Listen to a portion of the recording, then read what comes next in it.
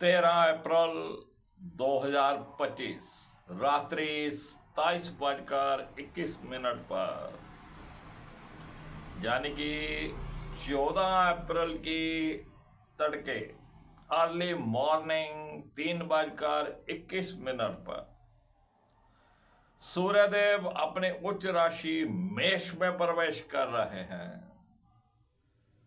और सूर्य का उच्च राशि में जाना और सूर्य के ऊपर किसी भी ग्रह की दृष्टि नहीं है। ये उच्च के सूर्य आपके लग्न के लिए क्या प्रभाव देने वाले हैं, मैं बताऊंगा आपको। और ये मासिक फलादेश रहता है, 1 महीना सूर्यदेव मेष राशि में रहने वाले हैं। और ये 1 महीना ये मासिक फलादेश आपके लग्न के ऊपर क्या रहने वाला है, क्या सावधानियां बरतनी है, किन बातों का आपको ध्यान रखना है, क्या उपाय करना है,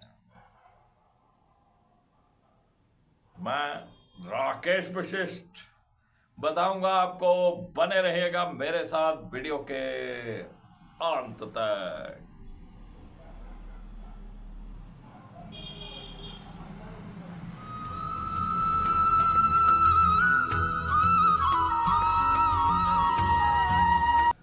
राकेश वशिष्ठ आप सबका स्वागत करता हूं।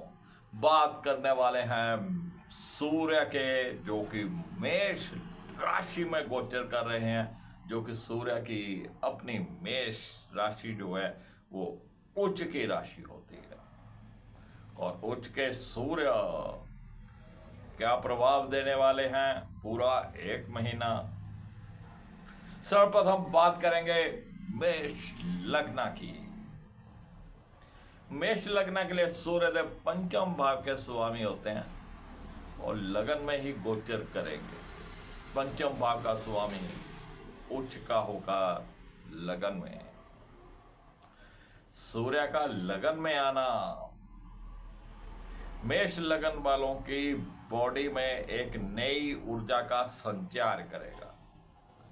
एक दमदार रोबदार पर्सनालिटी निखर कर सामने आएगी।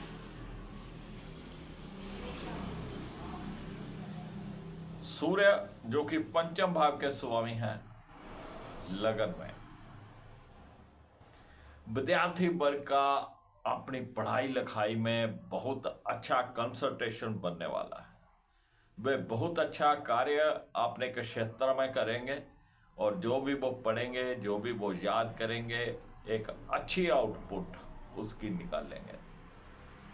और जिनके बच्चे बड़े हैं उनके बच्चे भी उनके लिए आज्ञाकारी रहने वाले हैं, कहना मानने वाले रहने वाले हैं। और उनके लिए कुछ ना कुछ वो बच्चे अच्छा कार्य करके दिखाएंगे, जिससे माता पिता को गर्व महसूस होगा। और जो पति पत्नी संतान की इच्छा रखते हैं उनके लिए भी समय अति उत्तम है। प्रेमी प्रेमिकाओं के लिए भी समय अति उत्तम है। प्रेमी प्रेमिकाओं का मिलन होता रहेगा। लेकिन जहां पर सूर्य अपना पूर्ण प्रभाव नहीं दे पाएगा, उसके पीछे लॉजिक ये है। बेशक सूर्य उच्च के है, लॉजिक ये है कि सूर्य मंगल के घर में है और मंगल नीच राशि में चल रहे हैं। आप इस बात को ऐसे समझिएगा कि हम किसी के घर में जब जाएंगे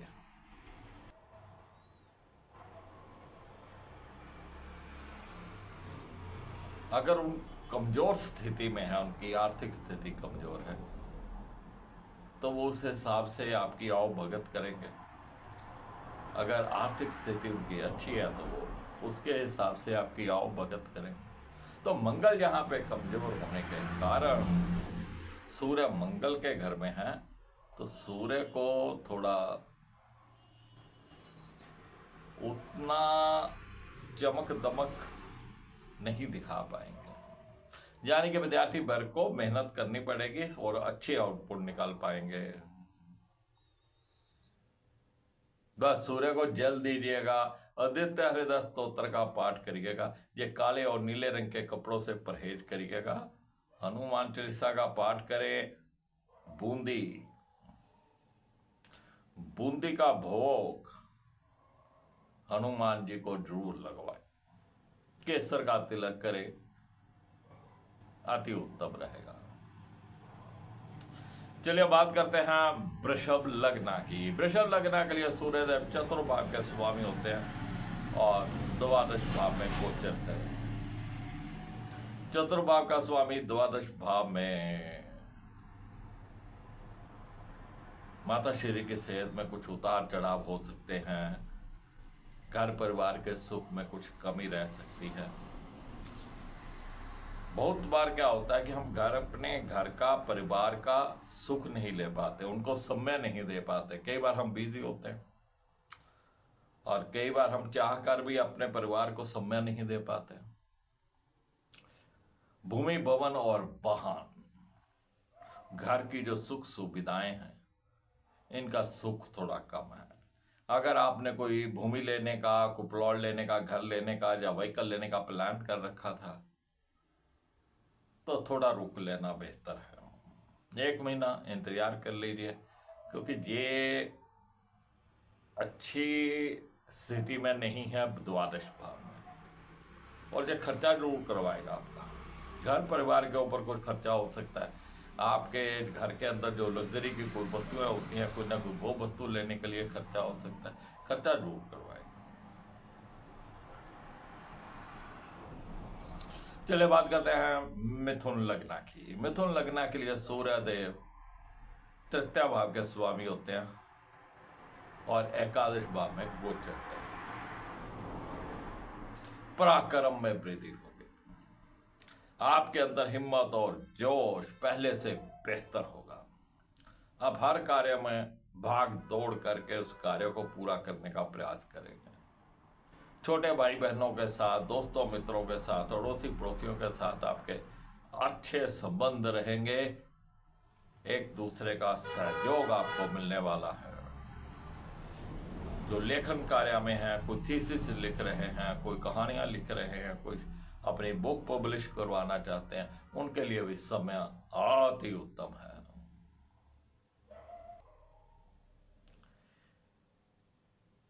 नॉन वेज ड्रिंक आदि का सेवन नहीं करें तो बेहतर होगा। चलिए बात करते हैं कर्क लग्न की। कर्क लग्न के लिए सूर्यदेव द्वितीय भाव के स्वामी होते हैं और दसम भाव में गोचर करेंगे। द्वितीय भाव का स्वामी दसम भाव में पारिवारिक सुख यहाँ पर मिलने वाला है। घर परिवार का सुख आपको मिलेगा।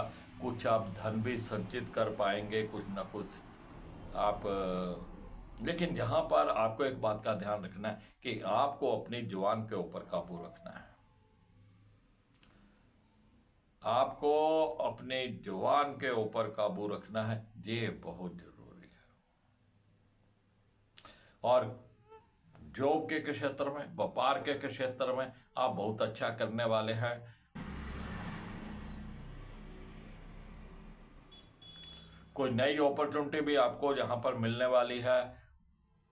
आपका जो मेहनत पहले से किया हुआ है उसका रिगार्ड भी आपको मिलने वाला है। और व्यापार में आप कुछ ना कुछ नया ऐड ऑन कर सकते हैं। अपने व्यापार को बढ़ाने के लिए आप कुछ ना कुछ नया कर पाएंगे। चलिए बात करते हैं सिंह लग्न की। सिंह लग्न के लिए सूर्यदेव लगन के ही स्वामी होते हैं और नवम भाव में गोचर करेंगे। लगन का स्वामी नवम भाव में, किस्मत खुल के साथ, पिताश्री की सेहत पहले से अच्छी रहने वाली है। धर्म कर्म के साथ आप जुड़ के रहने वाले हैं और जुड़ के रहना भी है। अगर आप धर्म कर्म के साथ जुड़ के देंगे तो भाग्य आपका चमक जाएगा। अपने इष्ट देव, अपने गुरुदेव, जो भी आपके पास उनका दिया हुआ मंत्र हो, शब्द हो, उसका पाठ जरूर करिएगा।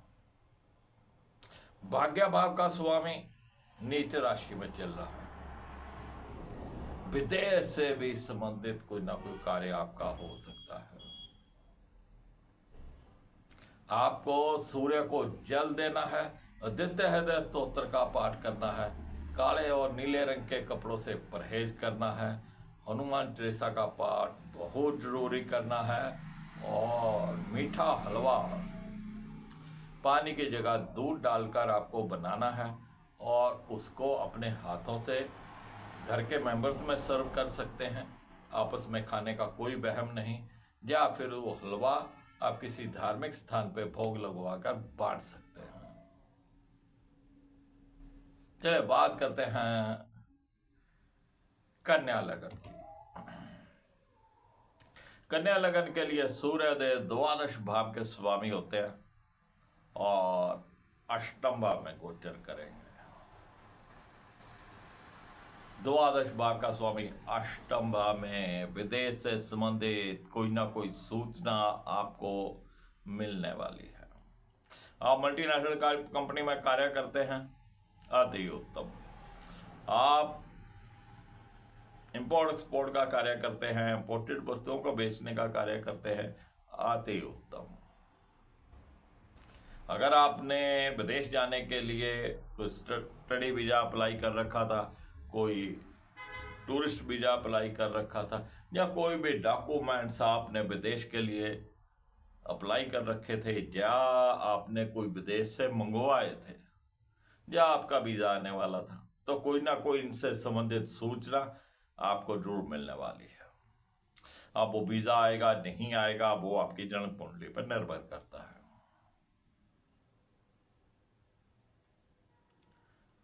चलिए बात करते हैं तुला लग्न की। तुला लग्न के लिए सूर्यदेव एकादश भाव के स्वामी होते हैं और सप्तम भाव में गोचर करेंगे। एकादश भाव का स्वामी सप्तम भाव में, आपकी जायज इच्छाएं भी पूर्ण होंगी। बड़े भाई बहनों के साथ संबंध मधुर रहने वाले हैं। आपके साथ अच्छा तालमेल उनका बैठने वाला है और आय के नए नए साधन यहाँ पे पैदा होने वाले हैं। लेकिन सूर्य सप्तम भाव में है और सप्तम भाव का स्वामी नीच राशि में है। आपको अपनी लाइफ पार्टनर से नहीं उलझना है। आपके लाइफ पार्टनर में ईगो, गुस्सा पहले से अधिक हो सकता है, तो थोड़ा शांत रहिएगा और अपने लाइफ पार्टनर के साथ उलझना नहीं है। चलिए बात करते हैं वृश्चिक लग्न की। वृश्चिक लग्न के लिए सूर्यदेव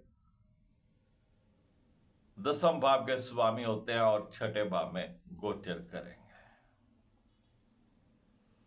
दसम भाव का स्वामी छठे भाव में। आपको जॉब में, व्यापार में थोड़ा कड़ी मेहनत करनी है, थोड़ा अलर्ट रहना है। लेकिन अगर आपने कहीं पे कोई कंपटीशन दे रखा है तो उसमें कुछ सफलता की उम्मीद है।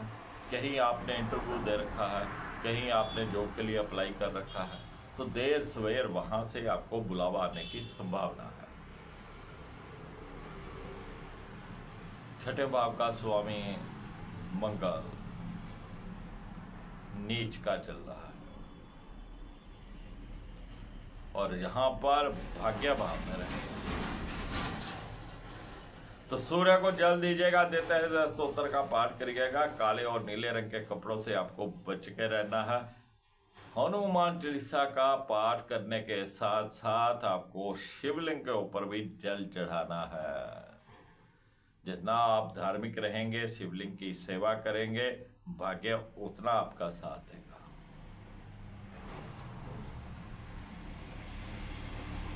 धार्मिक भी यहाँ पे रहना है, क्योंकि वृश्चिक लग्न का स्वामी भी मंगल है और वो धर्म भाव में, भाग्य भाव में, लेकिन नीच का है। हनुमान जी को प्रसन्न करिए,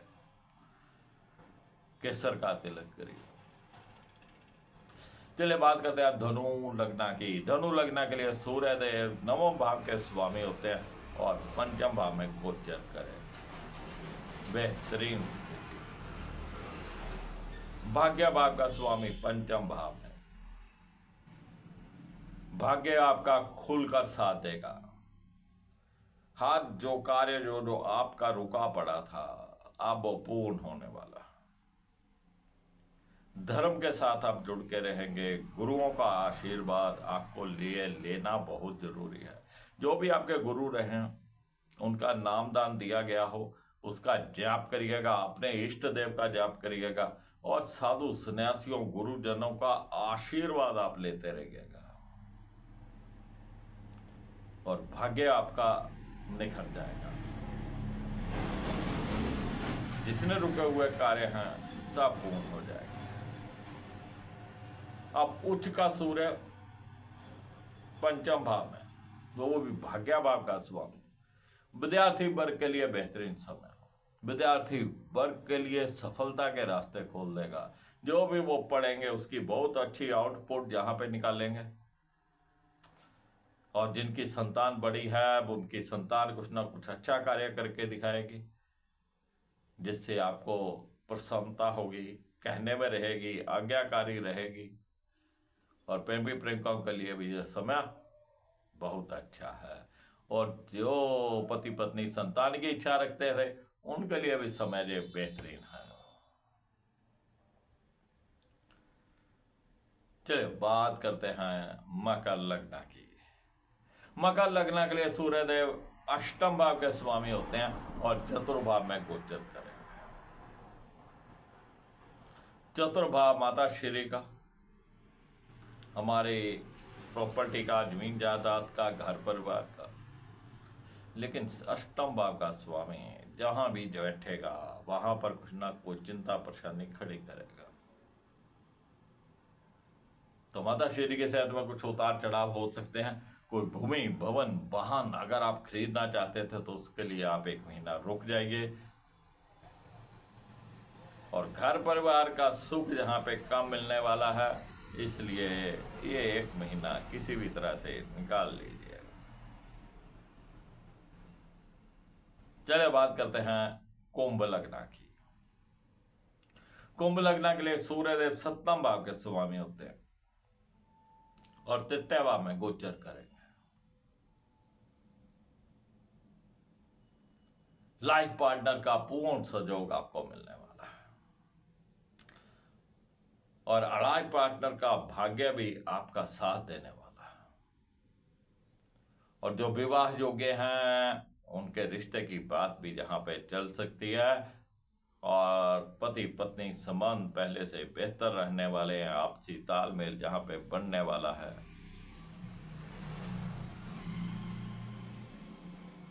सूर्य तृतीय भाव में और उच्च के।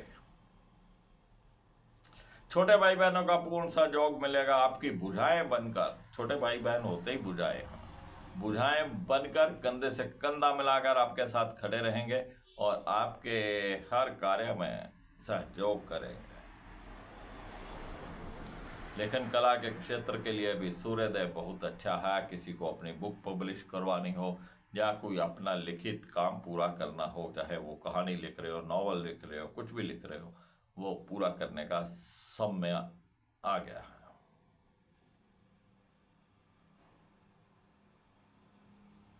बात करेंगे मीन लग्न। मीन लग्न के लिए सूर्यदेव छठे भाव के स्वामी होते हैं और छठे भाव के स्वामी होकर द्वितीय भाव में गोचर करेंगे।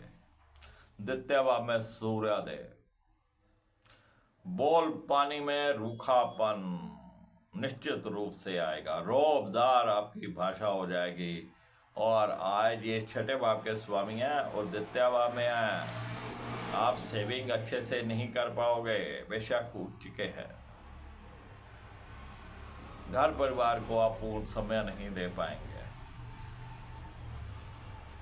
और आपको अपनी बोलबानी से अपने घर का माहौल खराब नहीं करना है। थोड़ा बोलबानी के ऊपर काबू रखिएगा। और ऐसे समय में आपको किसी को रुपया पैसा उधार नहीं देना है। अगर आपने उधार दे दिया तो फिर वापस आने की संभावना ना के बराबर है। सेविंग जहां पर जो सूर्यदेव नहीं करने देंगे, लेकिन आपको किसी से उधार लेना भी नहीं है। कोई लोन के चक्कर में आपको नहीं पड़ना है, किसी से उधार नहीं लेना है। ये 1 महीना आपको जैसे तैसे निकालना है। तो फ्रेंड्स, ये था सूर्य का गोचर जो कि मेष राशि में होने जा रहा है। और मेष राशि सूर्य की उच्च राशि रहा करती है और ये 1 महीने का मासिक फलादेश है। 1 महीना आपके ऊपर सूर्य देव का प्रभाव रहने वाला है। आदित्य हृदय स्तोत्र, जिनके लिए सूर्यदेव अच्छे भी नहीं हैं, जिनके लिए शुभ ग्रह नहीं होते हैं, वो भी आदित्य हृदय स्तोत्र का पाठ कर सकते हैं। बस आप आदित्य हृदय स्तोत्र का पाठ बोल करिए और विद ये संकल्प के साथ करिए और बोल दीजिए पाठ से पहले, भाई मेरे को आप कष्ट मत दीजिएगा, आपकी गोचर स्थिति अच्छी नहीं है, मैं आपको प्रणाम करता हूं, आपका पूजन करता हूं, लेकिन मुझे आप कष्ट मत दीजिए। तो आदित्य हृदय स्तोत्र का आप पाठ कर लीजिए, तो सूर्यदेव का अशुभ प्रभाव भी शांत हो जाएगा। जो फ्रेंड्स पहली बार इस चैनल के ऊपर आए हैं, उनसे गुजारिश है कि चैनल को सब्सक्राइब कर लें। सब्सक्राइब करने के बाद जो बेल का आइकॉन आए उसको भी दबाएं। और बेल का आइकॉन दबाने का लाभ ये होने वाला है, जो भी न्यू वीडियो हम अपलोड करेंगे उसकी नोटिफिकेशन आपको तुरंत मिल जाएगी और आप उस जानकारी के साथ सब मैसेज जुड़ पाएंगे। वीडियो पसंद आए लाइक करिएगा, शेयर करिएगा, दोस्तों मित्रों को इस चैनल के साथ जोड़िएगा। मैं फिर मिलूंगा आपको एक नई जानकारी के साथ। तब तक राकेश विशिष्ट को इजाजत दीजिए। जय श्री बालाजी।